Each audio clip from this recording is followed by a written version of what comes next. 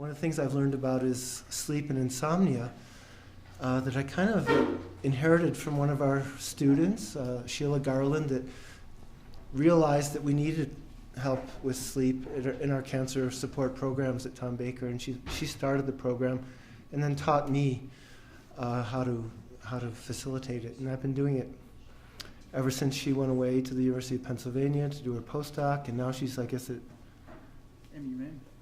Newfoundland. Memorial University in Newfoundland. And I told them I should go last because I'm sure I'm going to probably put you to sleep, and that's my topic, so that would be complete success. I do want to give one heads up, a very limited opportunity available, which is to enroll in a cognitive-behavioural treatment for insomnia program online.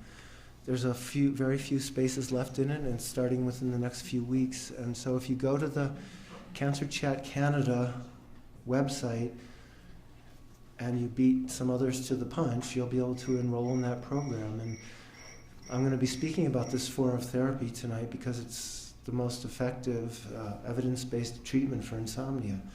So it's going to be a 6-week program on Wednesday evenings at 7 p.m. from the comfort of your own home. And it'll be fun. And if you're not sleeping well, I highly recommend it. So do I have to convince you that sleep is important? What do you think? Should I spend a lot of time on that?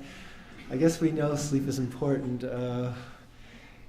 Not only is the lack of sleep torturous if you don't get sleep, but I think everyone at some point, I hope, in their lives has had this experience of what a good night's sleep feels like, especially after you've exerted a lot of effort or been going at it really hard at something, and then to have that restoration that happens with a good night's sleep, it's such a rewarding experience. Unfortunately, going through cancer, 50% of cancer patients at any given time approximately are going to be experiencing insomnia. What is insomnia? Again, there are many different subtypes of insomnia, but in general it's difficulty initiating or maintaining sleep, and then having some sort of functional disruption in your ability to function in daily life are considered the main features.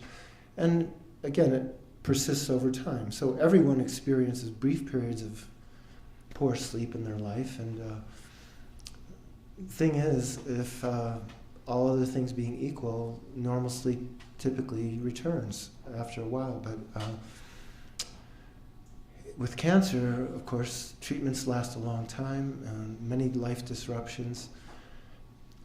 And then one of the difficulties is the things people do to try to make up for their lost sleep often accelerate the problem or exacerbate the problem. So we're going to be talking about that a little bit. So what makes insomnia happen? Well, there's different models of this, but one is looks at what's called the predisposing factors, and that is the kind of person you are, your character, your personality, your genetic endowment kind of can set you up to be more vulnerable to various kinds of problems, including insomnia.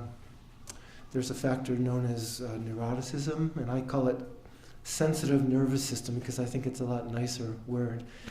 People that have sensitive nervous systems are more prone to anxiety disorders and insomnia, as a matter of fact. So you are who you are. Other predisposing factors could be, the lifestyle in your family of origin. If sleep wasn't valued and their good patterns weren't set up early in life. So there are a number of predisposing factors. But then something happens. It could be anything. The doctor says, I think we better run another test, or I'm sorry to have to tell you this, but fill in the blank. Any kind of upsetting life event or disrupting life event, and it could be negative or positive. In general, surveys of people with insomnia, where we've asked, not me, but researchers have asked people, what triggered your insomnia? It's usually life events around family issues, work issues, or health issues.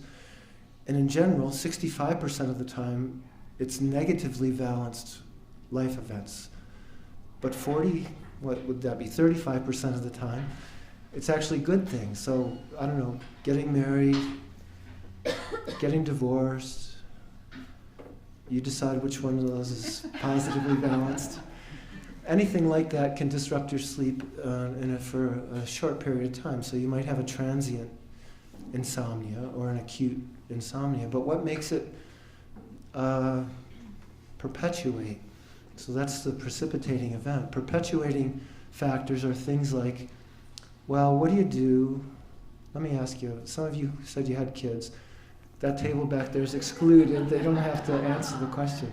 So you're up Friday night, your teenagers are out on the town, and it's 2 o'clock, and you want to make sure they get home safe and tucked in bed. So you stay up until 3. Next day's Saturday. You didn't sleep all Friday, so are you going to get up at 7 a.m. on Saturday? Most people do not. Unfortunately, if you have a sleep disorder, insomnia in particular, one of the first strategies people use is try harder to sleep, spend more time in bed. What that typically does is increases what's called a conditioned insomnia, conditioned elements of insomnia. You learn to associate the bed with struggling to sleep instead of the positive cue for sleep that the bed ordinarily is for us. Instead, it becomes a cue for the struggle to sleep. And this conditioning factor it's not conscious. Have you ever heard of the first night effect? People with insomnia. I see there's some experts in the audience here. People with insomnia, often when they go to a new situation where the cues are somewhat different, a different bed, a different bedroom, they often sleep well in the first night in the new place.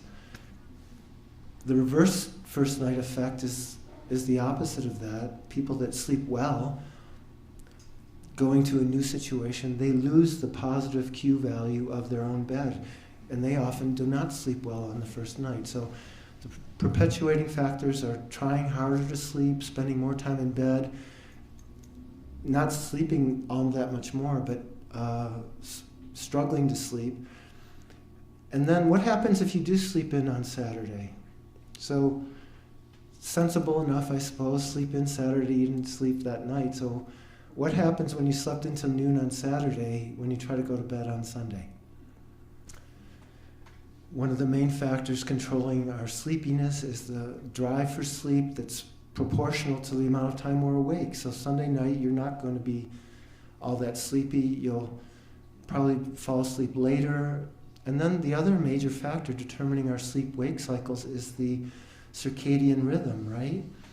The internal chronology keepers of our systems.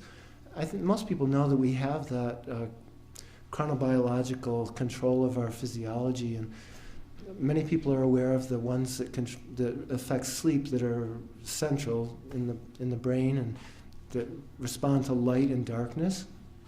But all of our tissues, essentially, all of our organs do have timekeeper cells, then they all interact through chemical messages, and that's what keeps us regular in all sorts of ways, not just carrying our groceries from the car. Sometimes it's wise to take more than one trip, I'll tell you that.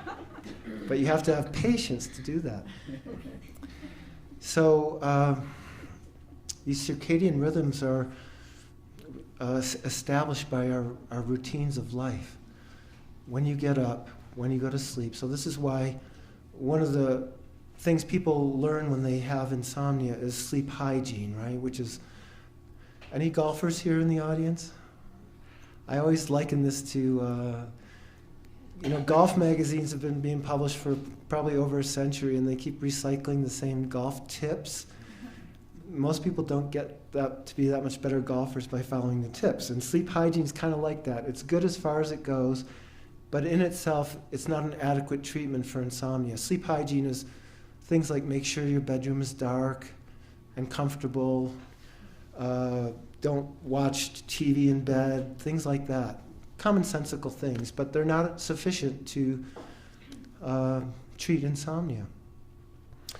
So let's see, we got to perpetuating causes. So then what happens when you don't sleep for a while? You go to your family doctor, typically. And, you know, psychosocial oncology is a bit of a specialization, right? But I still feel like I have to know too much about too many things, even though it's a subfield of a subfield. And think of your poor family doctor trying to treat every known illness and diagnose every known illness. Very difficult task. Sometimes they make mistakes.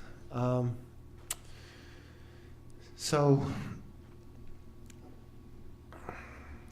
where was I going with this? Oh, what does your doctor do? Usually the first thing, medicine. This is what doctors spend a lot of their career learning how to do, dispense the proper drug treatment for whatever ails you. And if you're lucky, they'll give you a sheet of these tips, these sleep hygiene tips. Very few are trained in the cognitive-behavioural treatment of insomnia. There may be some. However, current clinical practice guidelines suggest that medication alone should never be prescribed, that it always should be accompanied with a recommendation to do a cognitive-behavioural treatment of insomnia. I would say, especially if you're conservative, you should do the cognitive-behavioural insomnia first. It may negate the necessity of taking any medication. And medications do work, right? That's the benefit. They work quickly. Most, some of them do. They work right away. The night you take them, they'll be working. What are the problems? Anybody have any problems with any medications they've taken? Well, there's, every few years they come up with a new sleep medication that supposedly has less side effects, less drug interactions, less dependency, less rebound insomnia, which is when you try to stop taking your medicine, your insomnia comes back and sometimes worse than it was before you went on the medication. And, for a while, these drugs have a good ride, and then more research is done, and typically we discover that they do produce some dependency. And in the case of some of the newer ones, there may be less propensity for dependency. However, anything that works for you is going to be psychologically dependency producing. I've had people on some of these low dependency producing drugs that would stab me before they'd consider going off their medication. And that's probably largely psychological. So unfortunately, it's difficult to find a treatment for cognitive behavioral therapy. I only have 15 minutes, and I'm used to talking about this for an hour and a half. So I just want to say I brought a pencil, and if you have questions, I'll write them down and I'll find the answers if I don't cover it tonight. Or you can email me, michael.speca@albertahealthservices.ca. MICHAEL, not EAL, .SPECA at Alberta Health Services. Does that work? Yeah, that works. At ahs.ca. So what is cognitive behavioral treatment of insomnia? It tries to address all the variables that enter into producing the insomnia. So I've cut this a little short because I've neglected to mention there are many kinds of insomnia, right? Anybody have sleep apnea here? Very prevalent form of insomnia that cognitive behavioral therapy will help people with that disorder, but it's not sufficient. You need to treat the breathing problem as well. And the same with other medical conditions accompanying insomnia. If you have pain, you have to treat the pain as well. So comorbid conditions need to be treated. However, CBT for insomnia does help almost every category of insomnia. This involves, it's a multi-component intervention that includes things like, something called sleep restriction, which is the opposite of what people normally do. Instead of spending 10 hours in bed and sleeping for 5, we say, okay, let's cut that back to 7. So we look at something called sleep efficiency, which is if you're in bed for 10 hours and you sleep for 5, what's the sleep efficiency? 50%. There you go, 50%. So we cut back on the actual time in bed until the sleep efficiency reaches a certain level, usually in the high 80s or low 90s, which is normative. No one sleeps all the time. Even good sleepers wake up during the night. And then we add back the time in. So we cut it back, and partly what we do is we're removing that conditioned arousal element. So one of the rules of sleep hygiene or stimulus control, they're related, is don't be in bed unless you're sleeping or sleepy.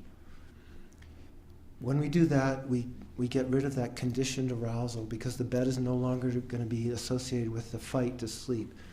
We're going to restore the positive associations because you're going to have success. Sleeping for a shorter, or sleeping about the same time. Funny thing is, when we do that, people actually end up sleeping about the same amount of time, even though they're in bed for a much shorter duration. Secondly, the conditioning factor. Thirdly, we teach people how to calm their nervous system, relaxation skills, meditation being one of the ones that can be effective in helping with that. And not only in the period preceding sleep, but as I mentioned, some people with sleep trouble have an underlying high level of arousal. They're constitutionally more anxious and more prone to anxiety. So learning how to rev your motor at a lower rate during the rest of your life is a factor too. You know, and sleep is a representation really of your whole life. So all the healthy lifestyle factors that the other speakers are going to be talking about, from diet to exercise to even moral and ethical behavior, right? Because if you don't behave, like Linda said, I used to be a stoner when I was young. When you do things that you know are not right, it produces arousal, it produces anxiety. So living a good life is helpful for sleep. Sleeping with a clean conscience, you ever heard of that? Yeah, so it extends into all areas of life. Learning to relax. And this is a treatment, and then there's the cognitive part, which is relatively minor, but when you have sleep difficulties, you develop ideas about sleep. Like, did you know that every psychological problem you have is due to a chemical imbalance in your brain? Did you know that? You probably did if you watch television.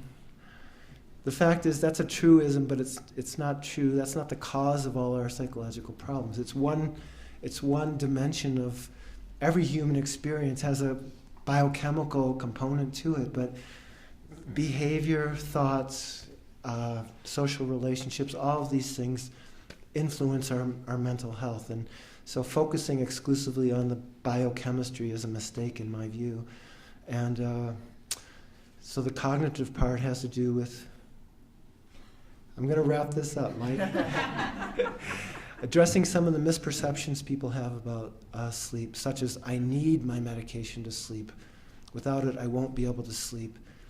Things like, if I don't sleep tomorrow, I won't be able to work, I won't finish my work. So that's another element. This is typically delivered over 6 to 8 weeks for periods of, well, some sessions are half hour. We use an hour and a half over 6 weeks. And it's in about 80% of participants obtain really significant clinical improvement or complete relief of their insomnia. So it is quite effective. So if you can't end up in a program or seeing a specialist, I'm going to mention 2 books. One is called the Insomnia Workbook. And if you are diligent and stick with it kind of person, you can probably help yourself by following that workbook. And the other one is it's out of Harvard. It's called Say Goodnight to Insomnia. Same deal. If you can stick with it, you might be able to succeed on your own. So say goodnight to insomnia, and I wanted to thank Lisa for Night's Cabins, because some of my patients have been there and praised their experience. So thank you very much for doing that. Awesome.